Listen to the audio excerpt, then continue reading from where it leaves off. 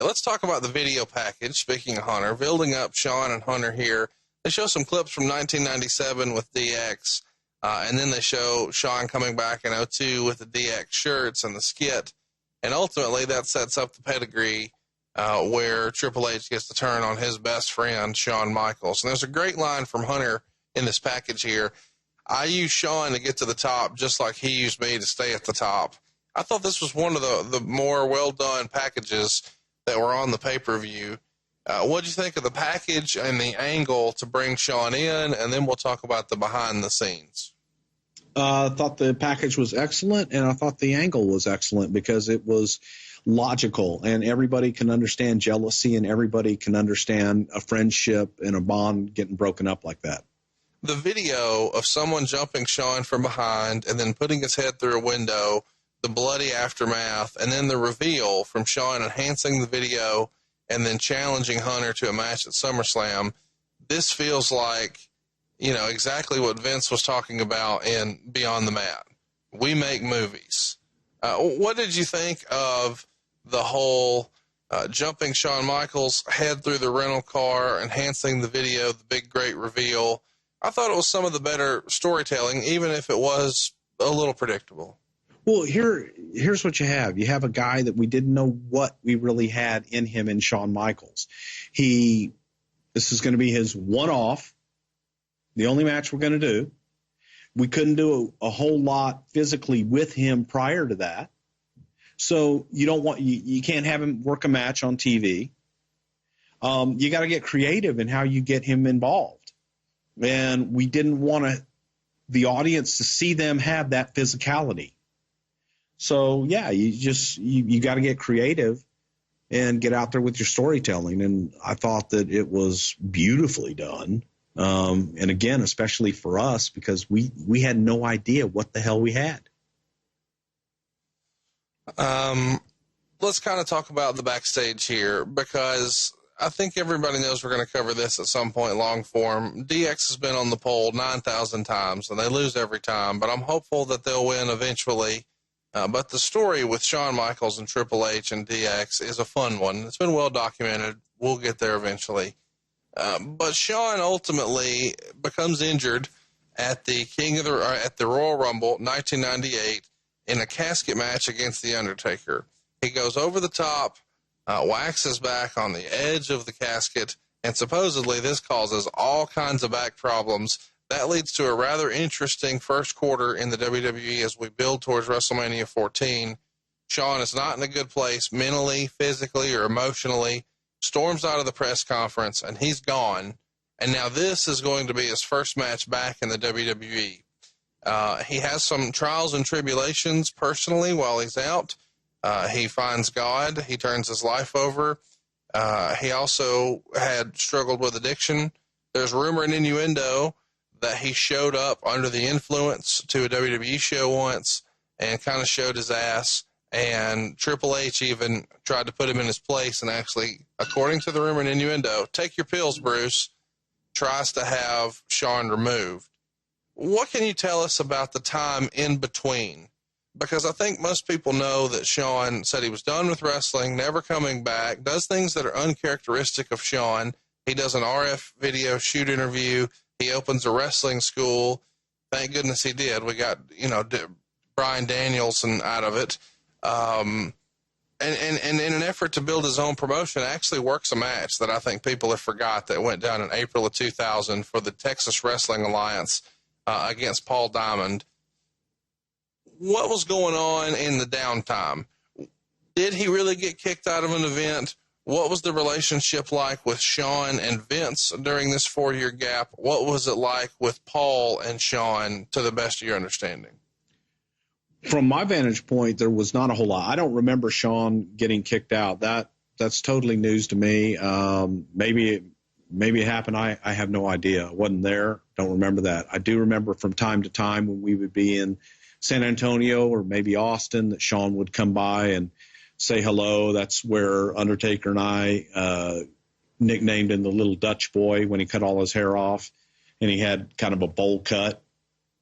And we didn't even know who the hell it was when we saw him. He had stopped training. He got way out of shape. I had gone down because Shawn had started his wrestling school. So the only interaction that I had with Shawn during that time was, hey, do you have any talent? Right. Got anybody that we might want to take a look at? I'd really love to come down and spend a weekend with you and see what you've got.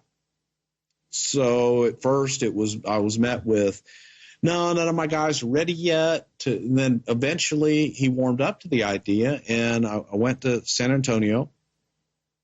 Shawn picked me up and went over to the house, and then we went to a show. And then the next day we went out and saw his training class with Rudy Gonzalez there. There was Spanky, Brian Kendrick. There was obviously Daniel Bryan. There was Lance Cade, and I want to say there were 4 total. I can't remember the 4th one. But he had some really good talent there. And we talked back and forth, and Shawn would get in the ring with these guys. He wouldn't take bumps, but he would show them little things. And I remember after watching him in the ring training these guys, we went to a town that night where he had a little spot show. And I said, man, you know you've got another one in you. He said, nope, I've wrestled my last match. I'm done. And I said, they all say that, but I'll use the old bruiser and crusher analogy. All you've got to do is go out there and give them the entrance and kick and punch and throw a super kick, and they're going to be happy. His mindset was that if Shawn Michaels is going to appear, he has to be Shawn Michaels. Right. He's got to be the showstopper. He's got to be the main event. He has got to be the guy they remember, not a fragment of that guy. So he had no desire. He's like, I'm done. I'm not training anymore. And I remember he was eating a huge chocolate chip cookie. And he says, I'm eating chocolate chip cookies. And he says, I'm done. I'm done. I'm not going back in the ring. And then eventually, I don't know, 6 months after that is when he had the street fight that he had in San Antonio for his own promotion. And he was cleaning up his act. We'd heard that he was doing a lot better. He came down and saw us in San Antonio and looked great, completely different than when I had been down and seen him in San Antonio before that. Floated the idea out there. You got one more? Just one. And that's how we got here. Just floated it out there. And he said, yeah, he trusted Hunter and felt that he and Hunter could have a match, but they wanted to do a street fight so that he would be forgiven and not have to go out and have that Shawn Michaels wrestling match.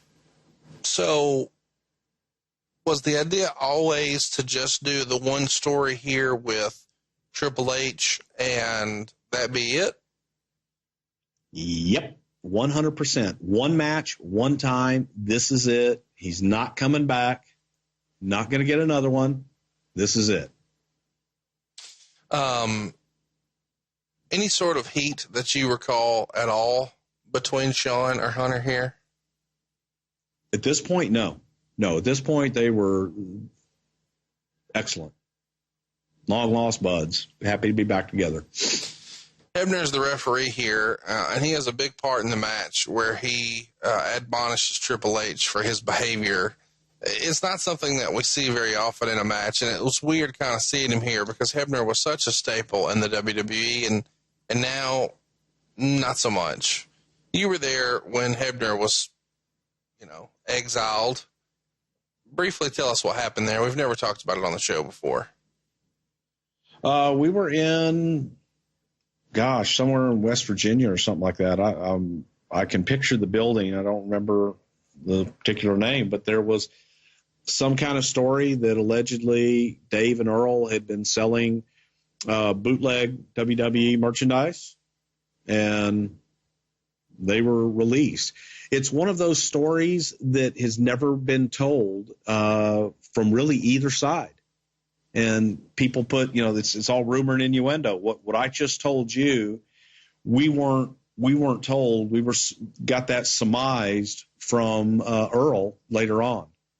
That's what they were accused of doing. There's rumor and innuendo out there that the Hebners were actually doing a bit of an embroidery type business, a screen printing business, and they were making WWE logo and branded swag, but actually giving it to the boys, including the McMahons themselves.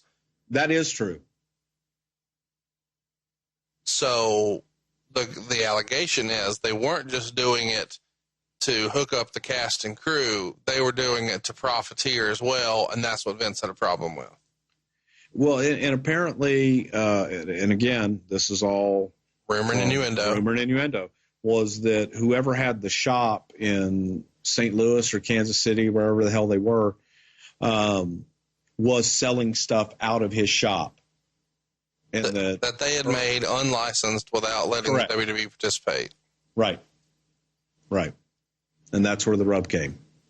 And because Dave and Earl were associated with them, that was the last straw, and they were gone. It was quick. I mean, it was they came in and left and were escorted out by security. Did you think that was a fair way to handle them, given their time with the company? I don't know all the particulars, but it was shocking to everybody. That was definitely something that had everybody buzzing. What the hell happened there? But it's also the culture. It's the culture of the company that things happen and you go on with your life and business continues. You still have your job to do and you just move forward. Put your head down and go. I mean, that's kind of what happened with you, right? Right. Do you think that if there is a flaw, because you don't often kind of fault Vince with much here, do you think that is a character flaw of his, that he can just so quickly move on and throw so many years, because the Hebners have been here forever. And now, because of maybe a misunderstanding, I mean, I don't know, I wasn't there, maybe a misunderstanding, their lives are forever changed. Do you think that that's maybe a character flaw of Vince's? I think it's a flaw, but it's also a defense mechanism for him too, because that way he doesn't have to, deal with it, and he can just move on, and you're dead to me. So he just goes on and next. So I guess it's a blessing and a curse all at the same time. When you're there, nothing else. It's just, man, it's just the culture. It's just the way that it is. Right. And you accept it. And you accept it blindly, and you move forward. So, everybody talks about Paul Heyman and the Kool-Aid. The same can be said for, the WWE. Because once you are in that bubble, that is all that exists. Life on the outside doesn't matter and doesn't exist. Let's talk about the card again, because I feel like this is maybe the strongest year as far as the card that we've ever had for returns. You've got, in 2002, Triple H, Hulk Hogan, Scott Hall, Kevin Nash, Eddie Guerrero, Chris Benoit, and Shawn Michaels all coming back in 2002. Definitely, the biggest comeback year in history. And to this point on the roster, 15 of the 18 wrestlers would be world champions, either past, present, or future. And Shawn Michaels is still in one of the more featured matches here after, more than 4 years on the sidelines. And Triple H had come back just that prior January, so he's only been back for about 8 months. What was the expectation going into the match? Because it feels like this blows away every expectation possible. The expectations were low. I mean, I think that's fair. You've got two guys who haven't worked each other in a long time, no matter how good of friends they are. And yeah, Shawn was one of the greatest of all time, but after a 4.5 year hiatus, you don't expect him to come back and somehow be fucking better than before. Well, also they had never worked together against each other. Not like this, for sure.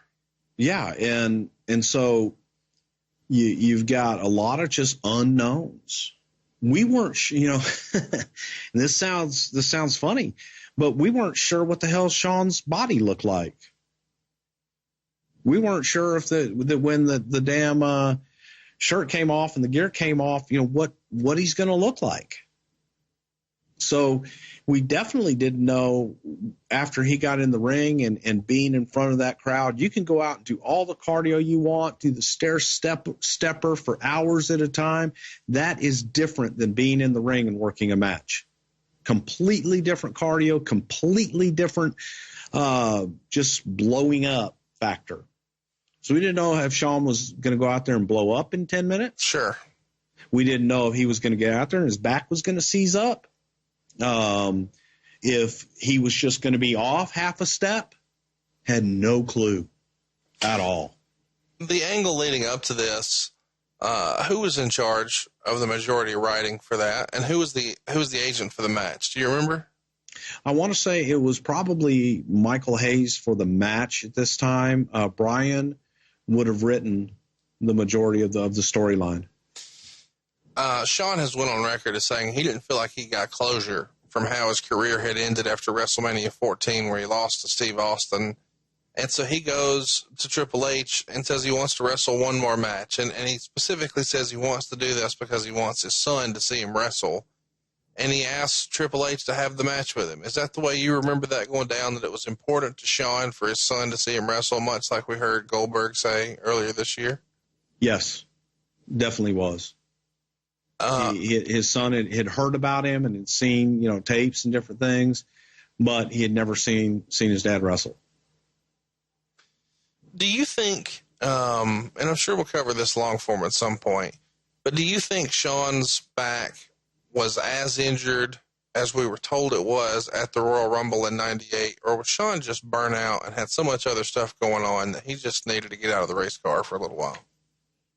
Well, I do believe that his back was injured badly, but I also think that everything else combined exacerbated that. Right. Exacerbated the attitude, it exacerbated the injury, and it was the right time to go away. So it makes all the sense in the world that Shawn wants to come back here, but it also makes sense, and Triple H has said that going into this match, Shawn was scared, Shawn's wife was scared, and even Shawn's mom was scared. And Triple H says that he told Shawn's mom something like, "I won't let anything happen to your boy." That feels like a big emotional dump that you're going to have in this match. And you guys all kind of felt that you had low expectations. Do you remember that being the thought amongst the writing team, amongst Vince, amongst the boys? Or was it just more of a curiosity and just the natural assumption, man, 4.5 years off, I mean, it's not going to be the Shawn of 96. No one expected the Shawn of 96. Right. And I, as I had said to Shawn when I was in San Antonio, people aren't expecting that. They're just going to be happy to see him come back, throw some punches, and by God, hit the super kick and sell. That's all he had to do. And as I expressed earlier, Shawn wanted to be Shawn Michaels of old. He had to be the showstopper in the main event. Nobody, and I mean nobody, expected what we got. Probably one of the best comeback matches of all. Let's hit some of the high points here. The sidewalk slam onto the folding chair, the backbreaker onto the folding chair. Holy shit, what a spot that was, knowing the history of his back and the story that had been told. And how great was Triple H being bloodied and then Shawn nipping up to a big pop. The crowd was so with it. They were on that emotional roller coaster. That's when you knew, to me, this is a great match. And they're pulling out all the stops here. The elbow through the table to the floor seems a little uncharacteristic for a comeback match, but certainly, they're wanting to pull out all the stops. They do the elbow off the ladder, where beforehand Shawn points to the crowd and says, "I love each and every one of you." And then Shawn selling from that elbow and then tuning up the band was just awesome. So one of the better closing sequences, and maybe the best comeback match ever. And Shawn is teasing the super kick, but all of a sudden Triple H catches the kick rather than just taking the super kick and giving the fans their happy ending. They do a pedigree counter, and all of a sudden Shawn steals a pin. And Shawn's victorious, but Triple H attacks him after the match with a sledgehammer. What'd you think of the match? This is maybe one of the best matches of 2002. If you haven't seen it, you should go out of your way to see it. Meltzer gave it 4 3/4 stars, saying that, this is a match that lines him up for the WWE Hall of Fame, or the Observer Hall of Fame. What'd you think? Ooh. I thought that the match, top to bottom, emotionally, physically, everything about it delivered on all levels. These guys went out, they're friends, and you're always going to work best with somebody that you like. They proved it. They tore the frigging house down. And it was the right finish. It was the happy finish. But, again, it was a one-off. We knew we had Hunter. We knew that what we were doing with Hunter going forward. So we had to get some heat back and make him whole at the end. It wasn't about a 50-50 thing. It was, okay, let's make him happy. But now, I got to worry about the guy that's going to be here tomorrow. And we thought, okay, hey, great. We saw, Shawn's last match. He went out in style. I don't think, well, no, I'm not going to say that because I know better. For me, I did not think that was Shawn's last match. I look at everybody. I do think we have seen Shawn's last match, but I'm skeptical. I always look at all these guys from Undertaker to Angle to everybody is like, they got another one left in them.